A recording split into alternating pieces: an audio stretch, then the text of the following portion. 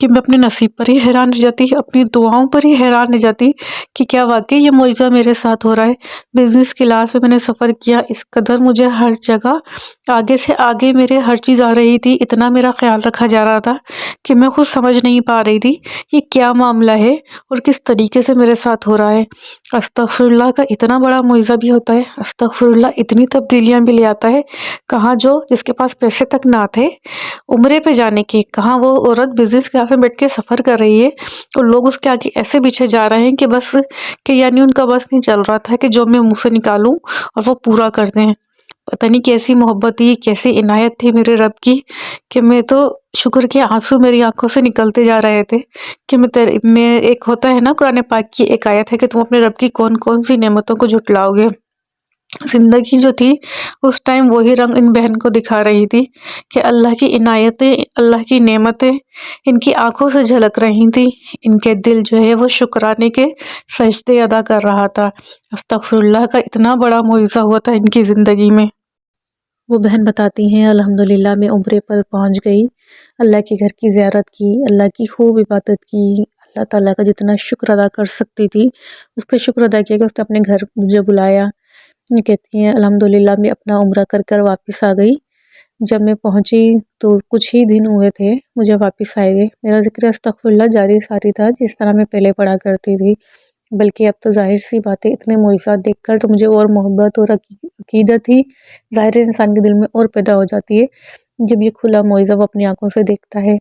تو کہتی ہیں کہ استغفر اللہ کا بھی جاری اور ساری تھا کہ حج کا بلاوا آ گیا۔ سبحان اللہ، ماشاء اللہ۔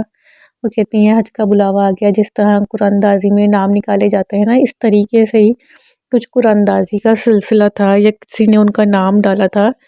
وہ اس بات کو کلیئر نہیں بتا سکی، لیکن بہرحال ان کا جو ہے حج پر بھی بلاوا آ گیا، اور وہ بھی اس میں آیا جس میں یعنی سعودی گورنمنٹ کی طرف سے تو کچھ ویزے یا کچھ اس طرح کے دیے جاتے ہیں کہ جس میں جو جاتے ہیں حج کے لیے وہ خاص طور پہ سعودی گورنمنٹ کے ہی مہمان ہوتے ہیں۔ اس طریقے کا کوئی تھا، شاید انڈیا میں اس طرح کچھ ہوتا ہوگا۔ بہرحال وہ بتاتی ہیں کہ جب میرا حج کا نکلا یعنی ٹکٹ نکلا، وہ حج کا ان کی اناؤنسمنٹ ہو گئی، تو وہ بتاتی ہیں کہ میں اتنی حیران تھی کہ میں حج کا تو خرچہ بہت زیادہ ہوتا ہے، لیکن جب انہیں پتہ چلا کہ جو ان کا حج میں نام آیا ہے اس میں ان کا کوئی بھی خرچہ نہیں ہوگا، وہ سارا جو ہے وہ گورنمنٹ برداشت کرے گی خرچہ، انہیں صرف اپنی تیاری کرنی ہے،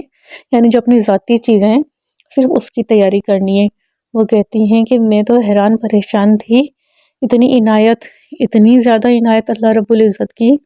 کہ میں تو عمرے کے لیے اتنی بےتاب تھی، اور اب تو ماشاءاللہ حج کا بلاوا بھی آ گیا۔ اللہ رب العزت نے اتنا بڑا مجھے اعزاز دیا کہ ماشاءاللہ مجھے حج کی بھی بلاوا، اور سب سے مین بات وہی آ جاتی ہے کہ بغیر کسی خرچے کے۔ دوستو یہاں دیکھیں ایک بات آپ کے یا میرے، ہم سب کے دل میں آتی ہے نا کہ پیسے ہی نہیں ہیں تو ہم کس طریقے سے عمرے پر جائیں گے یا حج پر جائیں گے، یا کوئی ہم جیسے ہماری نظر جو ہوتی ہے نا زیادہ تر، آپ ہو یا میں ہوں، ہم سب انسان ہیں، ہم ظاہری اسباب پہ زیادہ نظر رکھتے ہیں، کیونکہ ہم ظاہری اسباب کو دیکھ کے خوش ہوتے ہیں اور ظاہری اسباب نہ ہونے پر مایوس بھی ہو جاتے ہیں۔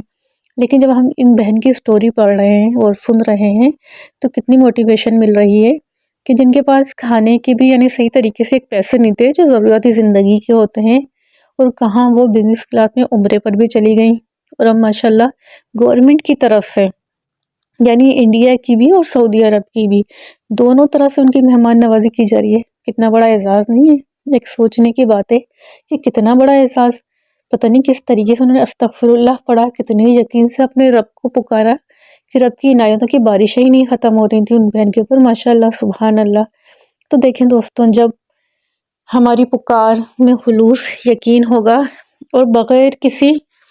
یعنی کھوٹ کے ہم پوری توجہ کے ساتھ اور پورے یقین کے ساتھ جب مانگیں گے نا اللہ سے کہ ہمیں تو نہیں پتہ کیسے ہوگا لیکن تجھے پتہ ہے تو کر سکتا ہے، تو پھر دیکھیں اللہ پاک بھی اس یقین کی لاج رکھتا ہے، اور اس سے ہمیں یہ موٹیویشن مل رہی ہے کہ پیسوں سے نہیں، اللہ کے حکم سے یہ سفر ہوتے ہیں، اللہ کے بلاوے سے یہ سفر ہوتے ہیں، اور اللہ کی اجازت سے ہوتے ہیں۔ ہم ظاہری اسباب کو چھوڑیں، صرف اللہ پر یقین رکھیں، اللہ سے دعا کریں کہ جو ہمارے پاس نہیں ہے اور تیرے خزانوں میں کمی نہیں تو آسانیاں فرما دے، اور اللہ رب العزت ضرور بالضرور آسانیاں فرمائے گا، جس طرح ان بہن کے ساتھ ماشاءاللہ ثانی کا معاملہ کیا۔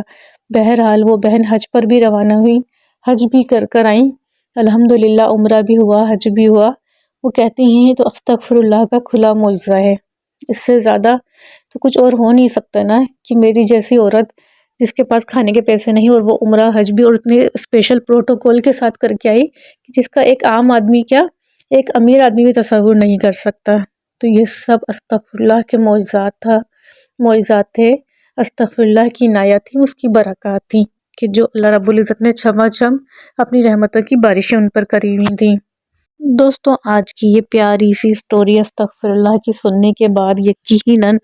میری طرح آپ لوگوں کے دل میں بھی استغفر اللہ کی عظمت کا اور زیادہ اضافہ ہو گیا ہوگا، اور انشاءاللہ آپ بہت زیادہ موٹیویشن کے ساتھ استغفر اللہ پڑھیں گے، اور اپنی خواہشات کو، اپنی دعاؤں کو قبول ہوتا اور پورا ہوتا ہوا اپنی آنکھوں سے دیکھیں گے انشاءاللہ عز و جل۔ دوستوں آج کی ویڈیو کا یہی اختتام کرتی ہوں۔ اختتام کرنے سے پہلے آپ سب لوگوں سے درخواست ہے، ویڈیو میں کچھ بھی اچھا لگا کرے تو ویڈیو کو لائک ضرور کیا کیجئے، شیئر کیجئے، اور کمنٹس پہ اپنی قیمتی رائے کا اظہار ضرور کیجئے۔ دوستوں انشاءاللہ نیکسٹ ویڈیو میں کسی بہت اچھی میریکل سٹوری استغفر اللہ کی لے کر حاضر ہوں گی۔ اپنی دعاؤں میں یاد رکھیے گا۔ نئے سال کی خوشیاں آپ سب کو مبارک۔ انشاءاللہ ملتے ہیں نیکسٹ ویڈیو میں، تب تک کے لیے اجازت دیجیے۔ اللہ حافظ۔ السلام علیکم ورحمۃ اللہ وبرکاتہ۔